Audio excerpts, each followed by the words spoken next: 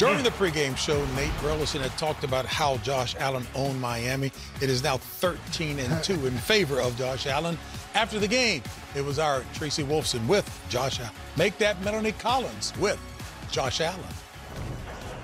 Josh, congratulations on the win, and what a finish. Your kicker, Tyler Bass, wins this one for you on a 61-yard field goal. What was going through your mind when he went out there for that kick? Just emotional for him. He's been battling his ass off, fighting adversity. You saw that today, and be there in the biggest moment and nail that for us. I'm so proud of him. I love that man. Everybody in our locker room loves and trusts him, and just happy he went in. Just describe your emotions on the day today. Oh, first half, really ugly. Second half, we got it going.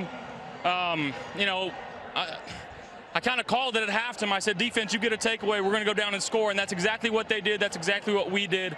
We just kept turning it out. Ray Rory making a great play there, running for 60-whatever yards it was.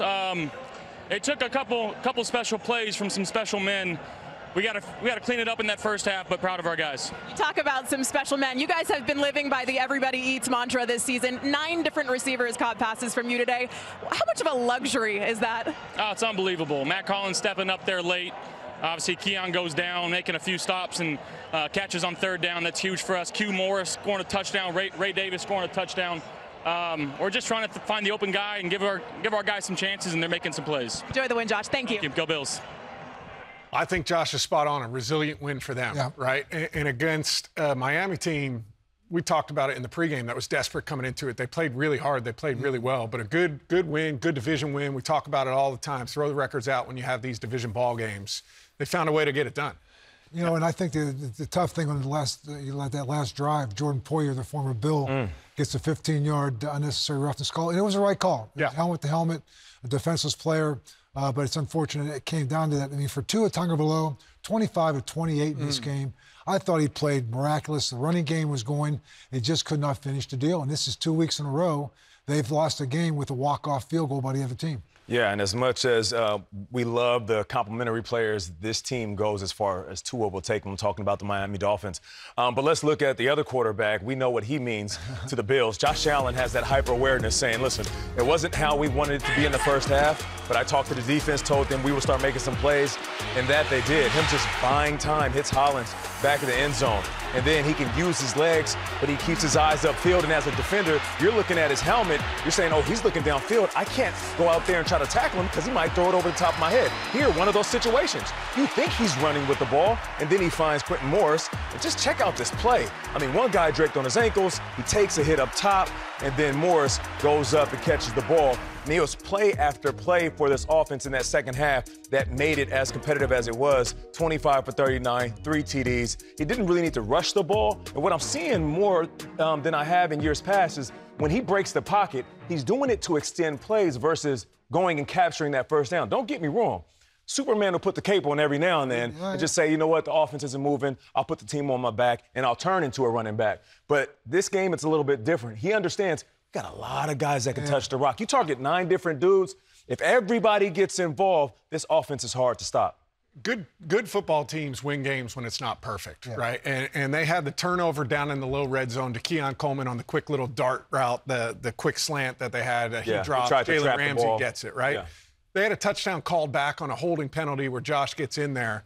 They weren't firing on all cylinders, but they find ways to win. Who else has been doing that this season? The Kansas City Chiefs, right? Yeah. It seems like those 3 teams, the Baltimore Ravens, the Buffalo Bills, the Kansas City Chiefs, find ways to get it done even when they're not at their best. You know, if you go back to a year ago, you remember watching Josh Allen. It's almost like Steph Diggs trying to make sure he's happy. And I think what you're seeing, I'm not saying that not having them, they're a better team, but I think Josh is in a better place.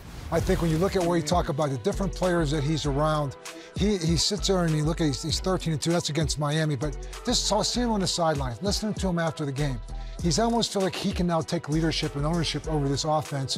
And he's going to throw it to the open receiver. He's grown. He has grown. And so sometimes it's a collective that makes you even stronger than just maybe one person narrative. Coach, let me ask you this. So we got seconds left on the clock, and it's Tyler Bass with a career-long attempt, 61 yards. Yeah. Mike McDaniel, he's sitting there with 2 timeouts. You're not saving him for anything at this point. Do you call a timeout to try to ice Tyler, or at least maybe even talk to your special teams coach and say, all right, how are we approaching blocking this field goal? You know, 100%. I personally believe there's a lot to be said for something you have to think about the game-winning field goal. Yeah. The longer you have to think about it. Now, do it soon enough so he doesn't get a free kick at it, too. Right. So I just kind of line up and just like, you know, and so, I mean, to me, why not? I mean, let him think about it. Like you said, it's his longest attempt. He's missed some this year. Hey, let me think about it a little bit longer, and let me maybe remind you of what you've done the last couple of weeks. You've had some tough kicks. Right. I'm sure you'll get this one right. Not. But, you know, make him think about it. And I think that's part of the game and the strategy of the game. And speaking of Tyler Bass, after it was your guy, Sean McDermott, that has given the ball to one Tyler Bass. Unbelievable journey this guy's been on, man. Unbelievable, right? Mentally tough. So proud of you, man. So proud of you. Aren't you guys proud of him? Man,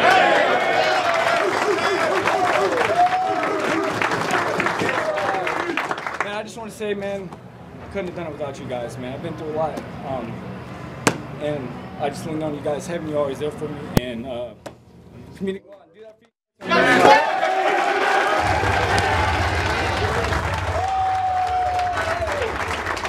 You know, I tell you, honestly, I mean, just knowing Sean McDermott and this football team, games like this can galvanize you. You see a guy that goes through the tough times. You see him being rewarded and the people that believed him. And you heard Josh talk about it afterwards. And it's moments like this where you grow as a football team. You get galvanized together. You pull for each other. And so nothing will seem insurmountable to this football team moving forward. It's the moments like that I miss. No doubt. Not playing, right? No doubt. Is those times where you're in the locker room with the guys and you know the work that they've put in, you know what they've gone through to get to that point, and then celebrating with them, right? I think that's the thing as former players. It's hard to replicate in any phase of your life to try and find those type of moments. And you can tell how close this squad is. Yeah. We listened to Josh Allen, like you said, talking to Melanie Collins. He got choked up when he was talking about Tyler. No. Then you had McDermott in the locker room getting choked up as he's talking. And then Tyler starts speaking. He's pretty much in tears, and the locker room is silent. This isn't a team that is just trying to get through the season because of what they've been through, being so close. And I think this dates all the way back to the 90s and getting to those Super Bowls and not getting over the hump, and then having a solid squad over the last handful of years and falling short because there's this superstar in Kansas City. There's a lot riding on this team because they know they have the talent to win a Super Bowl. And they are more connected than most squads. And to your point, Coach, sometimes it's how close you are as a unit that helps you get through, like, the rough patches of the season. So preface on my remarks here, I may be totally off base, but listening to the collective three, the professors, if you will, Josh Allen seems to be so much more relaxed. No doubt. Even this is taking nothing away from what Steph Diggs brought to the team, but Josh Allen seems to be relaxed. Yeah, very relaxed. He's got multiple targets to do it, right? We mentioned 9 guys getting targeted with the football today, but 2 mainly. Right? Yeah. Their offense right now in the passing game is running through Khalil Shakir, who had 7 targets, and is running through Dalton Kincaid, who had 10 targets. Yeah. They might not have had all the catches, but they've got 2 focal guys in the middle that are problems to match up against, and you've got more guys on the outside that are coming into their form. And you'll get Cooper back.